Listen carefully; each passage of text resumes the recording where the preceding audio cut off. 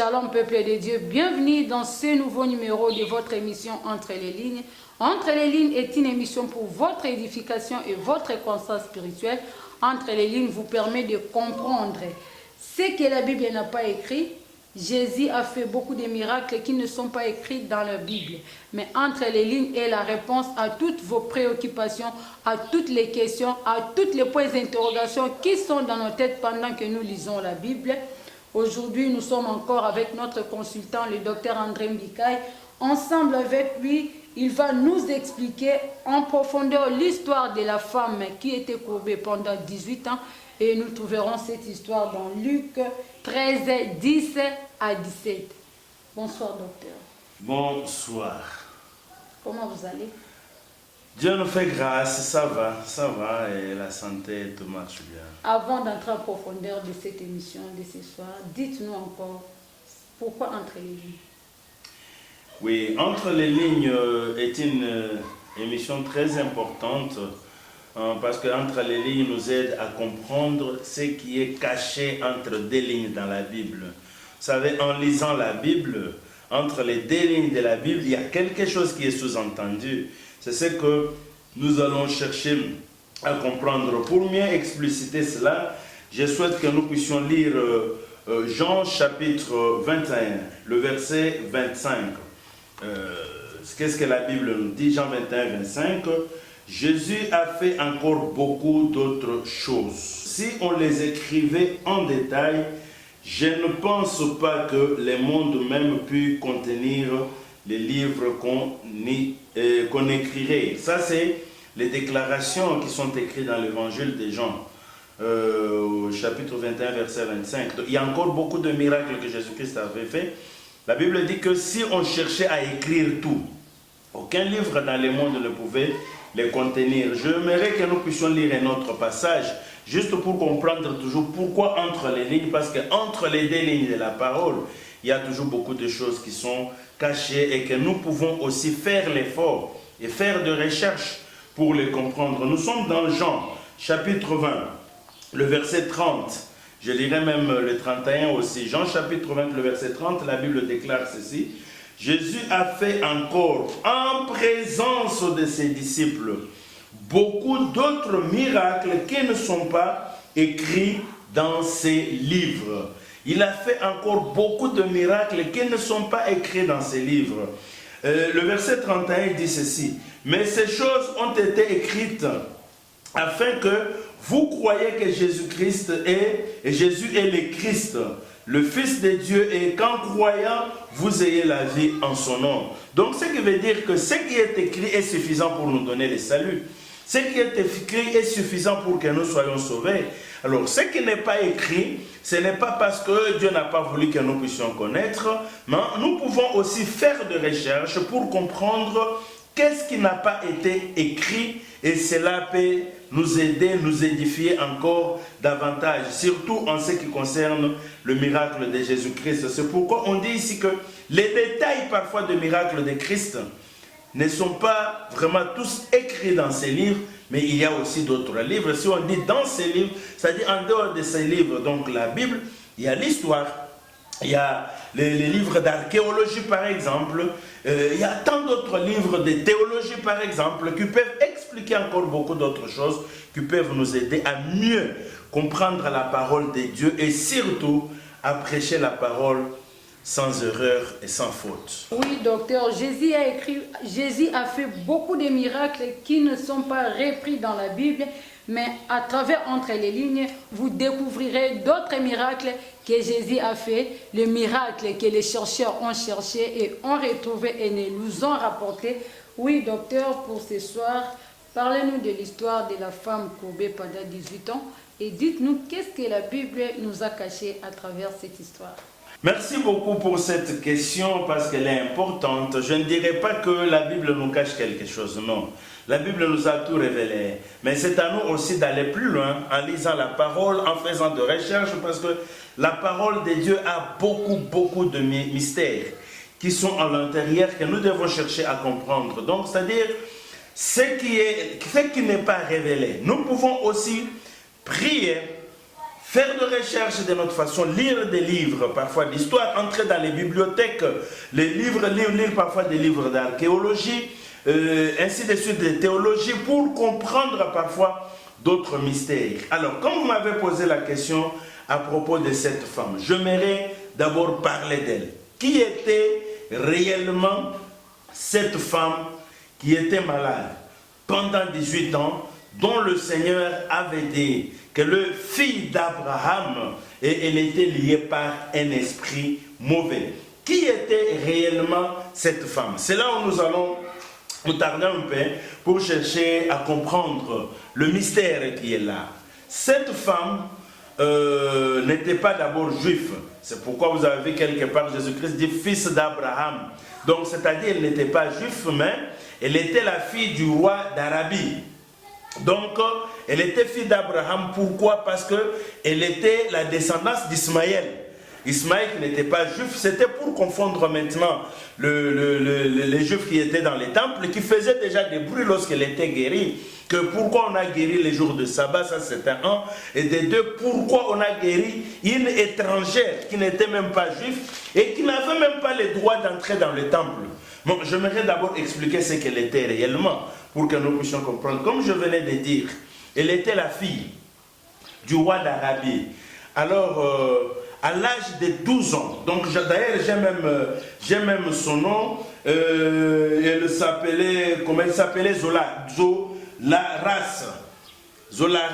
À l'âge de 12 ans, cette femme, cette fille, elle était trop petite, elle était sollicitée en mariage par le roi Hérode, qui régnait en Israël, en Judée bien sûr. Le roi Hérode, là c'était Hérode Antipas qui était le fils d'Hérode le Grand. Parce qu'à la mort d'Hérode le Grand, c'est Hérode Antipas qui l'avait succédé. Alors, Hérode Antipas avait aussi un demi-frère ils avaient le même père mais pas la même mère. Et lui, il régnait à Rome, qui était Hérode Philippe. Alors, je vais revenir là-dessus pour que nous puissions comprendre les liens entre les deux et ce qui s'est passé, parce que tout est écrit dans la Bible et c'est clair dans la Bible, je vais les expliquer. Mais revenons d'abord sur la femme. Alors, entre l'Arabie et Judée, il y avait une peur qui existait entre les deux, parce que Judée maintenant représentait Rome. Rome était un grand empire, un grand royaume qui régnait sur plusieurs pays dans le monde. Et l'Arabie avait peur que peut-être un jour Rome peut les attaquer, les envahir comme il avait envahi Israël et d'autres pays aussi. Et de l'autre côté, Rome aussi avait peur de l'Arabie parce que l'Arabie avait une grande armée. Une armée puissante, et l'Arabie avait fait aussi beaucoup de conquêtes dans leur contrée. Et maintenant, Hérode Antipas, il a réfléchi. Il a raisonné pour créer la paix entre nous, pour qu'il n'y ait pas la guerre entre nous, pour que nous puissions vivre en paix entre nous. Je dois créer un mariage purement politique, par intérêt. Il est allé se marier avec la fille du roi d'Arabie qui s'appelait Zolaras. Alors, cette fille-là, elle avait 12 ans et Hérode avait quel âge? 57 ans. C'était déjà un vieux monsieur qui s'est marié avec une fille de 12 ans. Bon, à cette époque-là, j'ai dit que c'était normal. Donc à cette époque, tout était normal. Il n'y avait pas de viol. Un homme de 57 ans peut épouser une fille. Non, la loi ne l'interdisait pas. La loi ne l'interdisait pas. Est-ce que tu connais que Mahomet s'était marié avec une fille de 8 ans? Je crois, Hérode, on peut dire c'était 12 ans, mais Mahomet c'était une fille de 8 ans. Donc tu vois, donc c'est-à-dire qu'à cette époque-là... Le roi a sacrifié sa fille pour leurs propres intérêts. Mais ce qui était tout à fait normal à leur époque. Hein, parce que les enfants étaient là bien sûr, mais lorsqu'il s'agissait d'intérêts politiques, c'était tout à fait normal. Le roi avait sacrifié bien sûr sa fille. C'est aujourd'hui que nous pouvons interpréter de cette manière-là. Mais à leur époque, c'était normal. Et la fille avait trouvé aussi normal. Parce qu'à cette époque-là, on choisissait les maris pour les enfants. Donc l'enfant, je dirais, n'avait pas le droit d'aller aimer elle-même. À cette époque-là, c'est comme ça que ça s'est passé. Je crois que même ici chez nous, en Afrique, cela a régné pendant plusieurs années. Même lorsque nous étions des enfants, c'est comme ça que ça s'est passé. Ce n'était qu'une entre parenthèses. Continuons avec l'histoire de la femme. Oui, bien sûr. Maintenant, ils se sont mariés. Hérode, 57 ans, Zolaras, la fille du roi d'Arabie, 12 ans. Ils se marient et la fille va aller vivre en Judée, là où vivait Hérode. Alors, qu'est-ce qui va se passer? Donc, ça n'a pas passé beaucoup de temps, je crois quelques mois. Après leur mariage, la fille a commencé à développer une maladie. Alors, une maladie bizarre, une maladie incompréhensible, une maladie qu'on ne comprenait pas. Elle vient d'où? Elle a commencé comment? Et c'était quoi? Et je dirais même que la science, comme elle n'était pas aussi trop développée, on n'a pas cherché à comprendre d'où vient cette maladie. Alors, c'est cette maladie-là qui faisait qu'elle commençait à se courber. En lisant l'histoire, on dit que cette fille était la plus belle fille du monde à leur époque. S'il y avait concours de Miss, je crois que c'est elle qui pouvait être choisie à cette époque-là, parce qu'on dit qu'elle était très belle de figure dans l'histoire que nous avons lue. Très belle de figure, mais en commençant de développer cette maladie, elle perdait sa beauté. Elle perdait aussi son état physique, elle ne marchait plus très bien. C'est comme ça que Hérode, en voyant aussi que la fille commence à développer la maladie, commence à se retirer petit à petit d'elle. Mais ils vivaient toujours ensemble parce qu'ils étaient mariés. Alors jusqu'à ce que Hérode a fait une maison pour elle, il a construit une villa, un grand domaine au sud de la ville où ils habitaient. Et lui, il est resté seul. Donc, alors la fille a tellement développé la maladie, alors comme il est écrit dans la Bible, 18 ans après. Alors, permettez-moi de faire maintenant les calculs pour que nous puissions chercher à comprendre. Elle avait quel âge? Elle avait 12 ans. Mais elle a fait avec la maladie combien de temps? 18 ans. Ce qui fait combien d'années? 30 ans. Donc pendant qu'elle avait 30 ans, la maladie s'était tellement développée et elle avait perdu toute sa beauté, elle avait perdu tout son courage, elle avait perdu tout son état physique. Elle commençait à marcher courbée, bien qu'elle avait des gardes de militaires protégés, gardés, mais elle ne pouvait pas marcher tout droit comme tout le monde. La maladie l'avait vraiment détruite. Et elle marchait comme ça, courbée, mais on ne comprenait pas il s'agissait de quelle maladie. Et voilà un peu d'abord l'histoire de la femme. Mais j'aimerais expliciter encore un peu. Qu'est-ce qui s'est passé?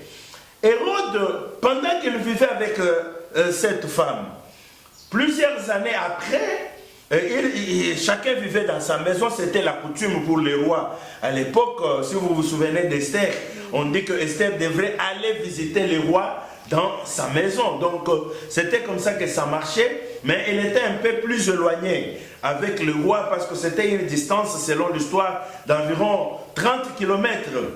Et je peux dire, alors, le roi va se décider maintenant d'aller visiter son frère, Hérode Philippe, à Rome. Maintenant, lorsque le roi va faire ce voyage, il arrive à Rome, il rencontre son demi-frère, parce qu'ils avaient le même père, mais pas le même mère. La même mère, je vais dire. Ils se rencontrent, ils commencent à vivre ensemble avec eux pendant un temps. Qu'est-ce qui va se passer? Le roi va tomber amoureux de la femme de son frère, Philippe. Et la femme de Philippe avait une fille. Alors la femme de Philippe, le nom est écrit même dans la Bible, on l'appelait Hérodias. Elle avait une fille, oui Hérodias parce que là c'est écrit dans la Bible. Elle avait une fille qui s'appelait Salomé. Maintenant, le roi Antipas, il va tomber amoureux de la femme de son frère Hérodias, son frère Philippe, et il va demander à son frère qu'il se marie avec sa femme, si son frère pouvait accepter de lui céder sa femme, parce qu'il lui est tombé amoureux de cette femme. Et il ne s'arrête pas seulement là, il va tomber encore amoureux de Salomé, la fille de la femme de son frère. Donc, il tombe amoureux de la femme et de sa fille. La femme qui s'appelait Hérodias et la fille qui s'appelait Salomé. Alors, il va demander maintenant à son frère Philippe, si possible, de me donner la main de ta femme et la main de ta fille. Et comme à cette époque-là, je dirais que tout était normal. Ce n'est pas comme aujourd'hui. Si une chose pareille se passe aujourd'hui, je crois qu'on va t'attraper des sorciers là. Comment tu peux quitter chez toi et venir demander la main de ma femme? Donc ça semble être bizarre. Mais à leur époque, ce n'était pas bizarre. C'était presque normal, je dirais, parce que Philippe va accepter la demande de son frère. Et il va demander à son frère de lui verser la dot. Alors, selon toujours l'histoire, la dot que Antipas va verser à son frère Philippe, aujourd'hui, cette dot-là est estimée à 2 millions de dollars pour prendre la femme de son frère. C'est estimé à 2 millions de dollars d'aujourd'hui. Et la fille, maintenant, le roi va accepter encore de céder la fille. Et la dot qu'il va demander de la fille est estimée aujourd'hui à 1 million de dollars. Ce qui veut dire qu'il avait versé la dot ou les deux dots de 3 millions de dollars pour prendre la femme et prendre aussi sa fille. Je crois que pour expliciter cette histoire, vous allez vous souvenir de Jean-Baptiste. Lorsque Jean-Baptiste avait vu cela, il avait condamné Hérode Antipas, l'avait pris, il l'avait mis en prison. Alors, les jours maintenant de l'anniversaire du roi, cette fille-là, Salomé, elle est sortie en train de danser. Elle a réjoui les cœurs du roi. C'est comme ça que Hérodias, comme il ne voulait pas plus entendre parler de Jean-Baptiste, ça c'est une histoire qui est dans la Bible que nous connaissons. Alors il a demandé au roi et à sa fille, disons que demande la tête de Jean-Baptiste, qu'on te donne seulement la tête de Jean-Baptiste sur le plat. Parce que comme le roi était ivre de l'amour de sa femme, qui était aussi la fille de sa femme, c'est comme ça qu'il demandera la tête de Jean-Baptiste et on va couper la tête de Jean-Baptiste. Voilà au moins, d'abord en bref, l'histoire de la femme et de son mari Hérode. Cette femme était d'abord princesse en Arabie et elle est devenue une reine en Judée parce que c'est là où habitait le roi Hérode. Donc voilà, comme vous m'avez posé la question de savoir qui était réellement cette femme. Voilà l'histoire de la femme. Voilà. Et qu'en est-il arrivé de la femme? Après avoir été courbée, nous avons vu que le Seigneur Jésus, lorsqu'elle a rencontré le Seigneur Jésus, elle a entendu parler du Seigneur Jésus et elle est allée à sa rencontre et la femme avait trouvé la guérison. Est-ce qu'il y a encore un mystère là, un mystère caché dans cette histoire, à partir de sa guérison, à partir de sa rencontre avec Jésus jusqu'à la guérison? Bon, bien sûr, cette femme, comme elle était étrangère d'abord, elle n'avait pas le droit de fréquenter les synagogues juives. Des synagogues des juifs, je veux dire. Elle n'avait pas le droit d'aller dans leur synagogue, d'aller dans leur temple. Mais, comme elle était reine, elle avait une puissance, elle avait un pouvoir dans le pays.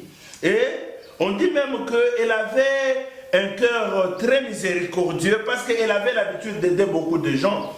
Lorsqu'elle part même dans la rue, elle aidait les pauvres, elle soutenait les gens, comme elle marchait toujours avec l'escorte, sa garde était là, et elle se promenait toujours avec de biens, des habits, de l'argent pour donner aux pauvres. Mais ce qui s'est passé dans sa vie, c'était quoi? Tellement qu'elle était généreuse, et elle se promenait partout. Généreuse, je veux dire, oui merci, et elle se promenait partout.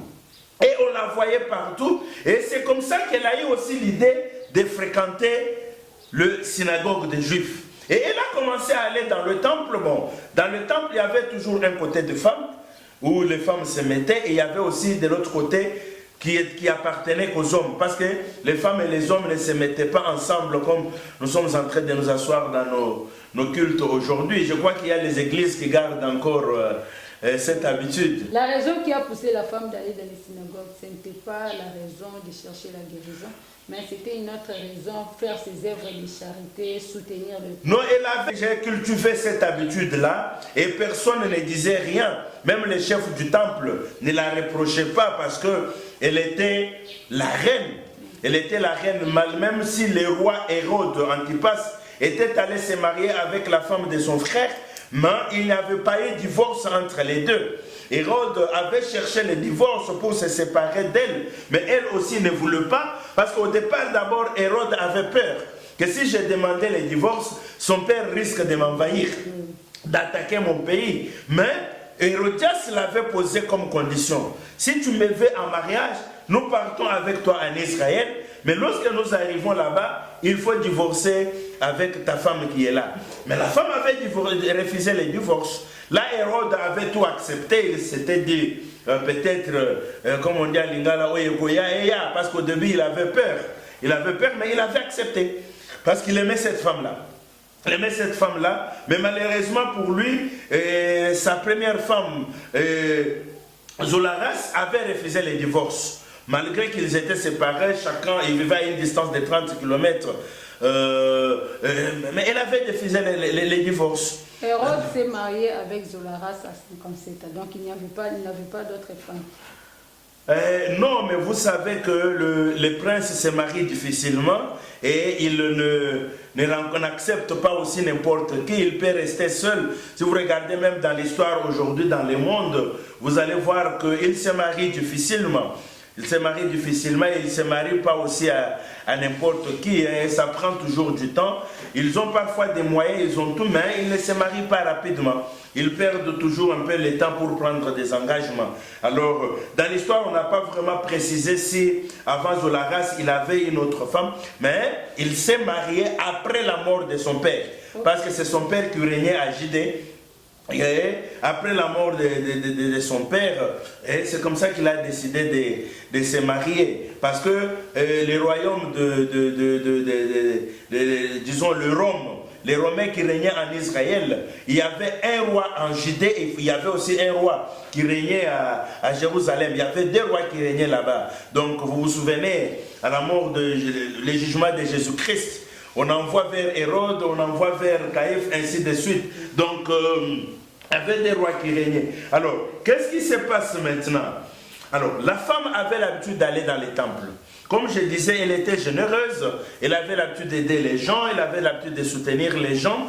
Mais les petits-enfants, en la voyant marchant comme ça, courbée, les enfants qui ne connaissaient rien d'elle, les enfants parfois avaient l'habitude de rire, de voir, regardez cette femme-là. Mais lorsqu'elle apprenait ça, elle changeait automatiquement. Elle devenait tellement colérique, elle arrêtait parfois les enfants et les tuait.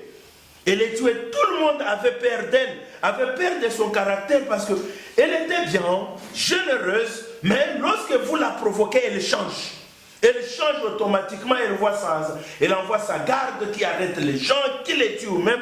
C'est-à-dire, si vous la voyez, vous devez vous discipliner. Même lorsqu'elle entre dans le temple, il y avait la discipline parce qu'on ne voulait pas qu'on puisse faire remarquer quelque chose qu'on a fait du mal, qu'on l'a blessée, qu'on a rigolé d'elle, ou quelque chose dans ce sens-là. Les chefs du temple veillaient à ça. Voilà maintenant que ce jour-là, elle est allée d'habitude, comme d'habitude, prier dans les temples, mais il est arrivé que Jésus-Christ était aussi dans la ville. Et Jésus-Christ s'est dirigé aussi dans le même temple. Alors, l'histoire est que selon la manière dont elle s'est passée, les chefs du temple maintenant, il a eu un problème. Il y avait d'abord cette femme-là, que si vous la provoquez, elle vous crée des problèmes sérieux, jusqu'à vous tuer, jusqu'à vous amener à la mort. Elle n'aime pas de provocation. Alors les chefs du temple, qui voient aussi Jésus, qui est venu dans le temple, et pour lui, Jésus était aussi un provocateur. Alors c'était un problème. Il était maintenant entre les deux, il lui dit que mais Jésus peut provoquer cette femme. Et s'il provoque la femme, ça risque de barder ici. Il avait peur, alors il ne sait pas comment signaler à Jésus, comment maîtriser Jésus, comment maîtriser la femme. Les deux, c'était des gens qu'il n'avait pas le pouvoir de maîtriser. Vous savez, nous avons l'habitude d'aller à l'église, nous avons l'habitude d'aller dans le temple, nous avons l'habitude d'aller prier, mais chaque jour n'est pas dimanche comme on dit. Il y a toujours un jour spécial que Dieu a prévu pour toi. C'est que le chef du temple craignait comme provocation qui pouvait arriver du côté de Jésus-Christ, ce n'était que d'autre qu'un miracle. Le miracle peut venir de n'importe quel moyen. Alléluia. Dieu peut utiliser n'importe quel sens, n'importe quelle stratégie, n'importe quelle possibilité pour apporter le miracle dans votre vie. C'est pourquoi il est toujours bon d'être à l'église chaque jour. Parce que vous ne savez pas quand est-ce que le Seigneur agira. Quand est-ce que ton jour viendra? Quand est-ce que le jour de miracle se manifestera? Sois toujours à l'église. Même si tu ne vois pas les changements, cette femme n'avait plus même besoin de guérison et elle n'avait jamais cherché la guérison, mais elle avait l'habitude de se rendre dans les cultes. Elle avait l'habitude d'aller prier les dieux des Juifs. Elle avait commencé à manifester beaucoup d'intérêt pour les dieux des Juifs, elle qui était étrangère, elle qui priait les dieux étrangers, elle qui avait, je ne sais pas, les temples de Baal, d'Astarté ou quoi que ce soit, mais elle a cultivé l'habitude de prier les dieux des Juifs, d'aller dans les temples des Juifs, de rester ensemble avec les Juifs, même si elle n'était pas juive. Voilà maintenant que Jésus-Christ dans les temples, il va voir cette femme et il va se diriger vers cette femme. Ça c'est formidable. Je crois qu'il sera important que nous puissions voir ce qui va se passer au verset 12. La Bible dit ceci. Lorsqu'il l'a vue, Jésus lui adressa la parole et lui dit, « Femme, tu es délivrée de ton infirmité. » Tu es délivrée de ton infirmité. Ça, c'était une parole forte, une parole puissante, une parole de miracle, une parole de guérison, une parole de délivrance. Mais les chefs des temples ne pouvaient pas supporter ça, ne pouvaient pas accepter ça. D'abord, premièrement, c'était une provocation. Tu ne connais pas cette femme-là, tu ne connais pas ce qu'elle est capable de faire. Deuxièmement, c'était les jours de sabbat. On ne guérit pas les gens les jours de sabbat parce que c'est les jours du repos, c'est les jours où on ne travaille pas, c'est les jours où on ne peut pas faire quelque chose. Troisièmement, elle n'était pas juive, elle était étrangère. Donc elle était païenne. Pourquoi guérir une païenne et encore dans les temples et encore les jours de sabbat? Ça, c'était un problème. Pour tous les sacrificateurs qui étaient là, et pour les chefs du temple. C'est comme ça que ces gens étaient indignés. Mais la Bible continue au verset 13. Et il lui imposa les mains. À l'instant, elle se redressa et glorifia Dieu. La dit est partie d'un clin d'œil. Elle était instantanément guérie. Alléluia. Ça, c'est le Dieu de miracles. Les dieux de grandes choses. Les dieux qui font des choses qui dépassent l'entendement de l'homme. Les dieux qui parlent au-delà de notre intelligence et notre savoir. Ça, c'est formidable, c'est puissant. La femme qui était courbée pendant 18 ans, elle s'est redressée à l'âge de 30 ans. Elle s'est redressée là où le médecin pouvait dire c'est difficile de faire encore l'opération parce qu'à 30 ans, blablabla, beaucoup de choses. Mais Jésus-Christ a fait une opération sans cicatrice, une opération sans utiliser des couteaux, des ciseaux et quoi que ce soit. C'était formidable. Tous les os de cette femme se sont redressés et elle a repris la forme normale. Elle a commencé à marcher. C'est comme ça que les chefs du temple étaient indignés. Mais écoutez la réponse de Jésus-Christ. Cette fille d'Abraham, ne fallait pas-il qu'elle soit délivrée? Pourquoi? Parce qu'elle était de la descendance d'Ismaël. Oh, alléluia. Elle était arabe. Donc, elle était la fille d'Abraham. Pourquoi j'ai toujours dit, si nous lisons très bien dans la Bible, nous allons comprendre les trois fils d'Abraham. Alléluia. Les trois fils d'Abraham. Les premiers fils d'Abraham, c'est les Juifs, les descendants d'Isaac, parce qu'ils sont répandus partout et ils sont bénis. Les deuxièmes fils d'Abraham, qui est-il? C'est l'Arabe, les descendants de Ismaël. Ils sont partout et ils sont bénis. Et le troisième fils d'Abraham, c'est les chrétiens que nous sommes. Nous aussi les chrétiens, nous sommes descendants d'Abraham, nous sommes fils d'Abraham et nous sommes bénis. C'est pourquoi Jésus-Christ avait dit que non, il faut que cette fille d'Abraham soit guérie. toi aussi tu es fille d'Abraham. Tu dois être guéri de ta maladie, guéri de ton problème, guéri de ta difficulté, être délivré de tous les problèmes que tu rencontres, parce que tu es fille d'Abraham. Là où tu es assis, en train de me suivre, tu es fils d'Abraham, tu es fille d'Abraham.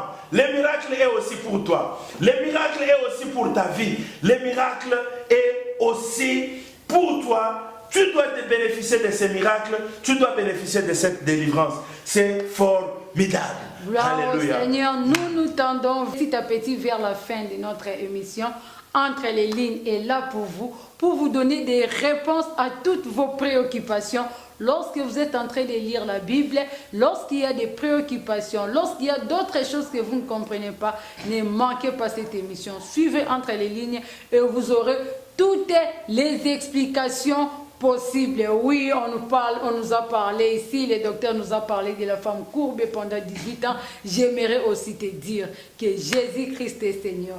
Il est le même hier, aujourd'hui et éternellement. Alléluia. Il n'a jamais changé. Amen. S'il a pu guérir cette femme, une femme païenne, Yes. mais païenne parce qu'elle a été guérie parce qu'elle avait le sang d'Abraham. Alléluia. Si nous lisons la Bible, quelque part, on nous dit qu'Agar criait dans les déserts, mais Dieu n'avait pas répondu à Agar. Amen. Mais lorsque l'enfant avait crié, Dieu avait répondu. Dieu n'avait pas vu Agar, mais il avait vu Ismaël parce qu'en Ismaël, il avait le sang d'Abraham. Alléluia. Mais la Bible nous dit, au travers Jésus-Christ, Amen. nous sommes les descendants d'Abraham. Amen. Yango na ligina yebisayo na pokwa lelo. Tu es une descendante d'Abraham. Tu es descendant d'Abraham. Tu as la nature d'Abraham. Donc, cette femme qui était condamnée pendant 18 ans par la maladie, cette femme que tout le monde avait peur de lui, cette femme que les maîtres des synagogues, les chefs des synagogues ne pouvaient pas supporter, pensant que la présence de Jésus et la présence de cette femme pouvaient créer des scandales. Oh, tikana ebisa, malade yana la keza scandale pour nous. Na lingine fait keza na scandale te. Zala na confiance na Nzambe, Nzamba ko sala, Nzamba ko mimonisa. Eloko oyeleki Yesu ezate, aza au-dessus de tous les problèmes, de toutes les circonstances. Moi si on a malgré 18 ans, maintenant akutana kina Yesu, vie na échangeaki. Yo pe lelo la lingine ebisa OK. Lokolo yamba Yesu. Problème aux anango, mon ango mukeli boson na kombo na Yesu. Vie na eko changer. Un mot pour la fin, docteur. Oui, merci beaucoup. J'aimerais juste, avant qu'on conclure histoire où il faut expliquer que cette histoire s'est passée une semaine avant qu'on puisse arrêter Jésus-Christ. Maintenant, lorsque la femme était guérie, elle est devenue disciple de Jésus. Elle a tout abandonné. Sa royauté, tout. Elle a commencé à suivre Jésus. Et quelques jours après, on va arrêter Jésus-Christ jusqu'à sa mort. Maintenant, lorsqu'on va enterrer Jésus, on va tuer Jésus et l'enterrer, la femme maintenant va se fâcher. Elle appelle maintenant son père pour lui dire que c'est lui qui m'a guéri. Hérode l'a encore tué. Alors son père maintenant va juger ça mal. Maintenant son père va se dire que comment il a tué le docteur de ma femme. Et de ma fille, pardon. Comment il a tué le docteur de ma fille? Donc d'abord, il avait chassé ma fille du trône. Il ne voulait plus approcher ma fille. Et maintenant, on guérit ma fille. Il va tuer le docteur de ma fille. Alors maintenant, l'Arabie se prépare en guerre pour attaquer Judée. Pendant qu'il se prépare pour attaquer Judée, le troisième jour, Jésus va ressusciter. Alléluia. Jésus va ressusciter. Maintenant, qu'est-ce qui va se passer? La femme qui était guérie apprend que Jésus est ressuscité. Mais elle n'avait pas encore de preuves. Elle va maintenant envoyer le message à son père. Il dit non. N'attaquez pas encore Hérode avec la Judée. Parce qu'il paraît que mon médecin est ressuscité. J'aimerais vérifier et vous donner toutes les précisions. Car on m'apprend que le médecin est ressuscité. Voilà comment cette histoire s'est terminée en beauté. Donc la femme a informé maintenant à son père que le médecin qui m'a guéri, on l'a tué bien sûr, et c'était Hérode qui l'a tué, mais il n'est plus parmi les morts, il est ressuscité, il est vivant. Voilà comment est-ce qu'on va éviter la guerre entre la Judée et entre l'Arabie, et la guerre n'a pas eu lieu à cause de la résurrection de Jésus-Christ. C'est-à-dire, comme Christ a ressuscité, il n'y a plus la guerre, tu dois aussi comprendre la guerre est finie dans ta vie car tous les démons sont vaincus. Christ est ressuscité et il règne à jamais. Aucun esprit, aucune puissance, aucun esprit mauvais ne peut plus régner dans ta vie, ne peut plus te vaincre parce que Jésus-Christ est ressuscité des morts. Et la déclaration de cette femme, le docteur qui m'a guéri, il est encore vivant, il n'est plus parmi les morts. Jésus-Christ est vivant, Jésus-Christ est ressuscité. Nous bénissons l'Éternel pour cette grande émission. Nous vous demandons de nous suivre tous les jours à votre chaîne HT Télévision. La détente céleste est à votre portée. C'en est fini pour ce soir. On se retrouve à la prochaine. Merci.